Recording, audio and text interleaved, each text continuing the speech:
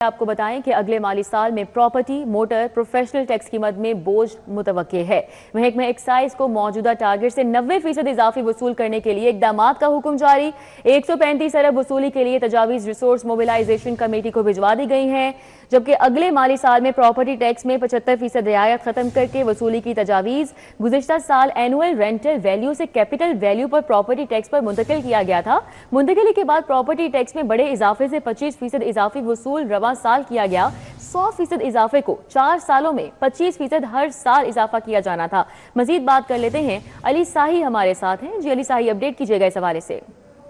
बिल्कुल, अगले माली साल में शहरियों पर प्रॉपर्टी टैक्स, मोटर टैक्स और प्रोफेशनल टैक्स की मात में बड़ा बोझ जो है वो मुतवक्के है। इसी हवाले से हुकूमत की जानब से महकमा एक्साइज को डायरेक्शन दी गई थी कि अगले माली साल में 135 अरब का टारगेट जो है वो वसूली के लिए इकदाम किए जाएं, जिस पर महकमा एक्साइज की जानब से तजावीज़ जो है वो रिसोर्स मोबिलाइजेशन कमेटी को भिजवाई गई हैं, जिसमें प्रॉपर्टी टैक्स चूँकि गुज़श्ता माली साल में एनुअल रेंटल वैल्यू से कैपिटल वैल्यू यानी बीसी रेट पर मुंतकिल की गई थी, जिसकी वजह से प्रॉपर्टी टैक्स में बड़े पैमाने पर इजाफा हुआ था। तो इस पर हुकूमत की जानब से फैसला किया गया था कि हर साल 25% इजाफा करके इसको 4 सालों में वसूल किया जाए, लेकिन चूंकि ये बड़े पैमाने पर इजाफा होगा तो इसलिए महकमा एक्साइज की जानब से तजावीज़ भिजवाई गई हैं कि अगले माली साल में 75% इकट्ठा ही इस पर इम्पोज कर दिया जाए। जैसे ही ये इम्पोज होगा तो शहरी जो मौजूदा प्रॉपर्टी टैक्स दे रहे हैं इनको डबल जो है वो कर दिया जाएगा, जिससे वसूलियाँ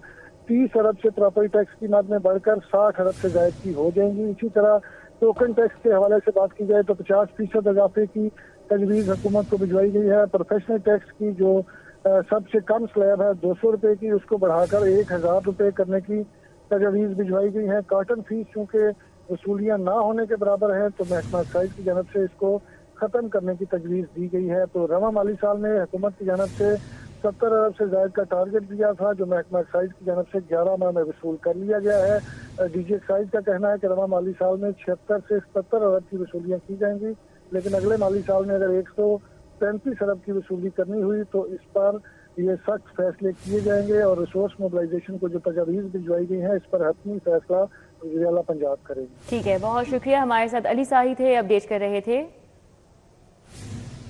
होनहार स्कॉलरशिप प्रोग्राम के लिए 1,72,77 करोड़ रुपए का मंसूबा तजवीज़ किया गया है। माली साल 2026-27 में 33 अरब 25 करोड़ रुपए मुख्तस करने की तजवीज़ है। मजीद क्या तजावीज़ है बताएंगे अली रामे। जी अपडेट कीजिएगा।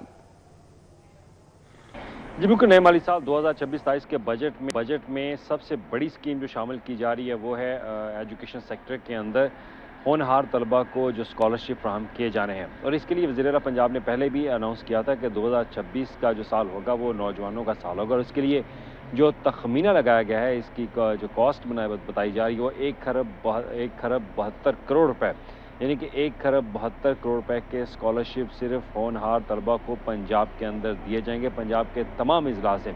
और इसके लिए हायर एजुकेशन ने जो स्कीम तैयार की है उसके मुताबिक 33 अरब रुपए का बजट नए माली साल 2026-27 के बजट में तजवीज़ किया गया है, जिसको शामिल किया जाएगा। और इसका मकसद सिर्फ ये है कि नौजवानों को स्कॉलरशिप फ्राहम किए जाएँ और मेरिट की बुनियाद पर होंगे, और जो ज़हीन तलबा होंगे उनको ही स्कॉलरशिप जो है वो मिलेगा, और इससे बच्चे जो है वो बैरून मुल्क में तालीम जो है वो हासिल कर सकेंगे। तो इब्तदाई जो तजावीज़ तैयार की गई उसके मुताबिक 33 अरब रवा माली साल, उसके बाद नए 27-28 के बजट में 40 अरब रुपये, और उसके बाद 28-29 के बजट में 90 अरब रुपये का बजट जो है वो एलोकेट किया जाएगा। और इसका मकसद सिर्फ ये है कि बच्चों को मुफ्त तालीम की फराहमी जो है वो मुल्क में हासिल हो सके, और उसके तमाम अखराजात हुकूमत उठाए। बहुत शुक्रिया। अली रामे हमारे साथ अपडेट कर रहे थे। महकमा खजाना ने रवा माली साल के अकाउंट क्लोज कर दिए हैं। महकमा खजाना ने तमाम महकमों को अदायगियां बंद कर दी हैं। महकमा खजाना बजट के बाद अब अदायगियां करेगा, और महकमा खजाना ने अकाउंट क्लोज करने का मुरासला भी लिखा है। तो महकमा खजाना की जानिब से रवा माली साल के अकाउंट क्लोज कर दिए गए। मुरासले का मजीद क्या मतलब है, बात कर लेते हैं एडिटर ब्यूरोक्रेसी कैसर खोकर से। जी अपडेट कीजिएगा। जी, महकमा खजाना ने रवा माली साल के जो अकाउंट हैं वो क्लोज कर दिए हैं, और तमाम महकमों और तमाम अदारों को अदायगियां रोक दी गई हैं।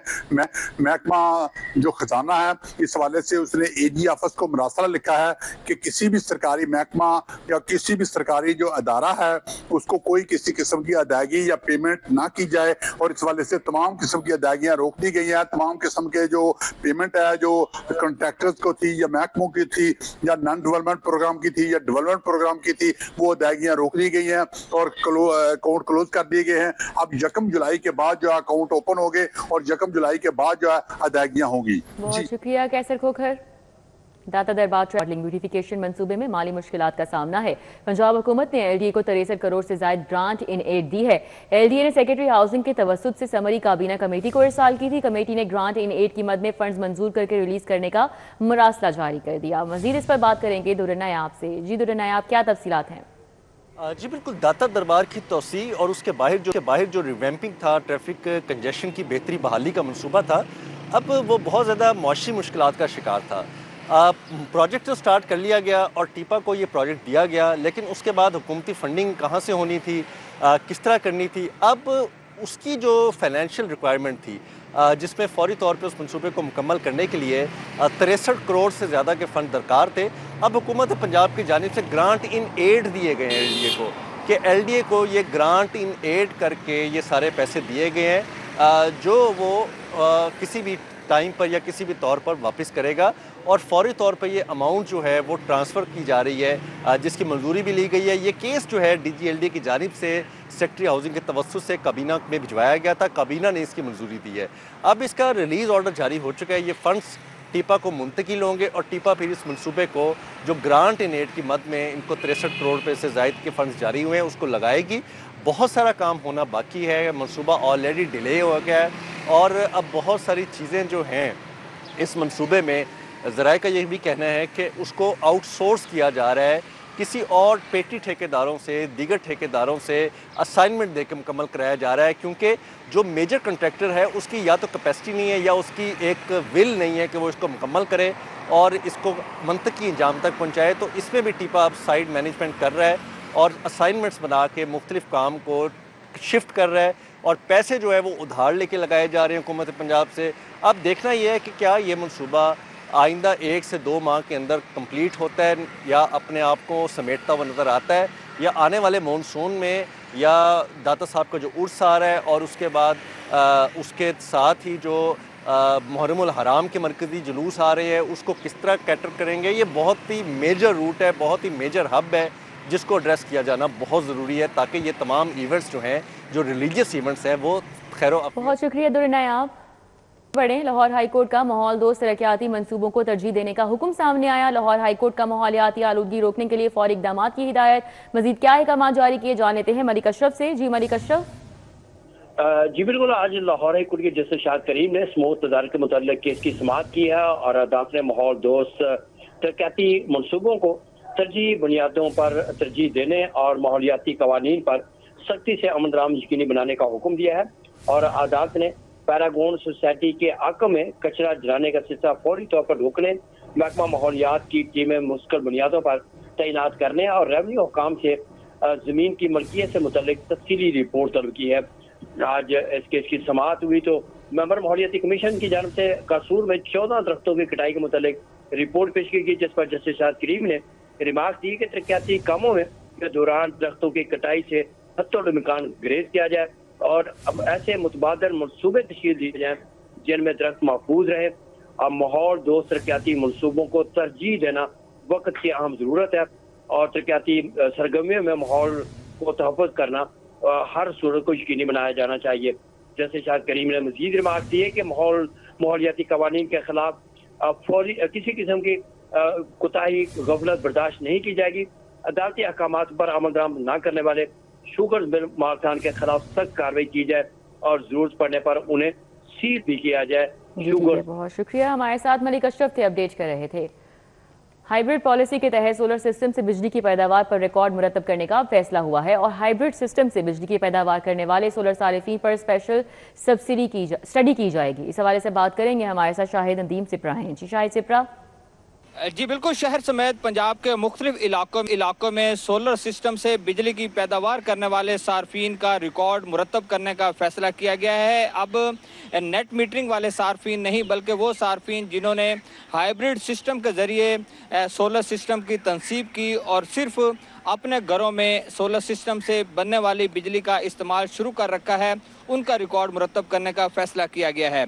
ज़रा ने बताया है कि इब्तदाई तौर पर इस बात की निशानदही की गई कि लाहौर इलेक्ट्रिक सप्लाई कंपनी, इसके साथ फेस्को और IESCO में सार्फिन की बहुत बड़ी तादाद है जो हाइब्रिड सिस्टम के जरिए सोलर सिस्टम लगवा रही है और कौमी ग्रिड स्टेशन से बिजली का इस्तेमाल कम कर दिया गया है। तो अब ये स्पेशल स्टडी करवाने का फैसला किया गया है कि कितने किलोवाट या मेगावाट जो बिजली है वो वहाँ से बनाई जा रही है, जिससे कौमी ग्रिड स्टेशन से बिजली का इस्तेमाल कम हुआ है। ये वादे कर दूं कि वफाकी हुकूमत की जानिब से जब से नेट मीटरिंग पॉलिसी को ख़त्म किया गया है और नई नेट बिलिंग पॉलिसी लाई गई है, तो उसके बाद सार्फिन ने बजाय कि वो नेट बिलिंग पर अपने कनेक्शन लगवाएं, उनकी जानिब से हाइब्रिड सिस्टम को तरजीह दी गई है कि बैटरीज लगवाई जा रही हैं और सोलर सिस्टम की अपने घर की छतों पर या जितनी भी दीगर इमारतें हैं वहाँ पर लगवा कर बैटरीज के ज़रिए वो अपनी बिजली इस्तेमाल कर रहे हैं। लेकिन अब वफाकी हुकूमत ने यह फैसला किया है कि वो सार्फिन जो हाइब्रिड सिस्टम पर भी बिजली की पैदावार कर रहे हैं उनका रिकॉर्ड तब किया जाए। हमारे साथ शाहिद सिप्रत अपडेट कर रहे थे। आटे की कीमत में इजाफे के साथ रोटी पर भी पड़ने लगे हैं। सरकारी आटा 800 रुपए फी मन महंगा हो चुका है। शहर में कहीं भी रोटी सरकारी कीमत पर दस्तयाब नहीं है, जबकि आपको बताएं कि रोटी की सरकारी कीमत 14 है और शहर में 17 से 20 रुपए में फरोख्त की जा रही है। इस हवाले से इंतजामिया क्या कर रही है, क्या मुज़ाकरात हो पाए हैं या नहीं? शहजाद से बात करेंगे। जी शहजाद। रवां सीज़न में गंदम की नई फसल आने के बाद जो सरकारी तौर पर गंदम की कीमतों में इजाफा था वो 500 रुपये हुआ और अमली तौर पर तकरीबन इसमें 1000 रुपये का इजाफा हो चुका है। और लाहौर शहर के अंदर इस वक्त जो गंदम की कीमत है वो तकरीबन 4000 रुपये फी मन के लगभग देखी जा रही है और इसके असरात आटे की कीमतों पर मुरतब हुए। फ्लोर मिलों की जानिब से फी मन आटे की कीमत में 800 रुपये का इजाफा किया गया। 20 किलोग्राम आटे का थैला 400 रुपये महंगा हुआ है और 10 किलोग्राम आटे के थैले की कीमत तकरीबन 200 रुपये तक बढ़ी है। जबकि निजी कंपनियों की बात करें तो निजी कंपनियों की जानिब से आटे की कीमतें दोगुना जो है वो कर दी गई हैं गंदम के मुकाबले में। और इसके इम्पैक्ट्स जो हैं वो हम रोटी पर देख रहे हैं। इस वक्त शहर की ओपन मार्केट के अंदर 17 रुपये से लेकर 20 रुपये तक रोटी जो है वो फरोख्त की जा रही है और रोटी की सरकारी कीमत जो है वो 14 रुपये इसका तयन किया गया था। लेकिन ज़राए के मुताबिक ज़रिए इंतकाम और जो नॉन बाई एसोसिएशन है उनके मबैन गैर रस्मी तौर पर ये अंडरस्टैंडिंग जो है वो मौजूद है कि 17 रुपये तक जो कार्रवाई है वो नहीं की जाएगी। जो आम सार्फिन है वो परेशान है। आम सार्फिन ये कहता है कि महंगाई बहुत ज़्यादा है, रोज़गार है नहीं है, माशी सूरत कोई ज़्यादा तसल्ली बख्श नहीं है और इसी वजह से उनके लिए रोटी ख़रीदना भी इंतहाई मुश्किल हो गया है। जी बहुत शुक्रिया। हमारे साथ शहजाद अपडेट कर रहे थे। ओपन मार्केट में सब्जियों और फलों की कीमतों में उतार चढ़ाव का सिलसिला जारी है। इंतजामिया सरकारी रेट लिस्ट पर अमल दरामद कराने में मुकम्मल नाकाम है। रेट लिस्ट के हवाले से आज अपडेट कर रही हैं हमारे साथ मरियम मजहर हैं। जी मरियम। जी बिल्कुल, सब्जियों और फलों की कीमतें इस वक्त आसमानों से बातें कर रही हैं और सब्जियों और फलों की कीमतों में उतार चढ़ाव भी जारी है।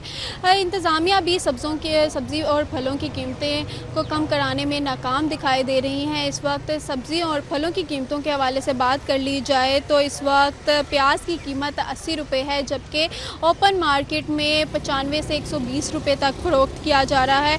जबकि अगर बात कर ली जाए टमाटर की तो टमाटर इस वक्त 35 रुपये में है। सरकारी कीमत 35 रुपये है, लेकिन इस वक्त ओपन मार्केट में 45 से 50 रुपये तक फ़रोख्त किया जा रहा है। अगर चाइना लहसुन की बात कर ली जाए तो इस वक्त चाइना लहसुन की कीमत 360 रुपये है, लेकिन बाज़ार में इस वक्त 350 रुपये में फ़रोख्त किया जा रहा है। शहरी जो उनसे हैं काफ़ी गम गुस्से का इजहार कर रहे हैं। शहरियों का कहना है कि इंतज़ामिया की जानिब से कीमतों को कम करवाने का कोई इक़दाम नहीं किया गया और शहरियों का ये भी कहना है कि बजट बुरी तरह मुतासिर हो गया है और सरकारी निर्खनामे पर अमल दरामद होना ना होने के बराबर हो चुका है। शहर और ऐसे ही दुकानदारों से हमने बात की तो दुकानदारों का ये कहना है कि मंडी से ही चीज़ें महंगी मिल रही हैं, फल और सब्जियां महंगी आती हैं, जिसकी वजह से वो शहरियों को महंगे दामों ये सब फल और सब्जियां बेचने पर मजबूर हैं। हमारे साथ मरियम थी, आगाह कर रही थी।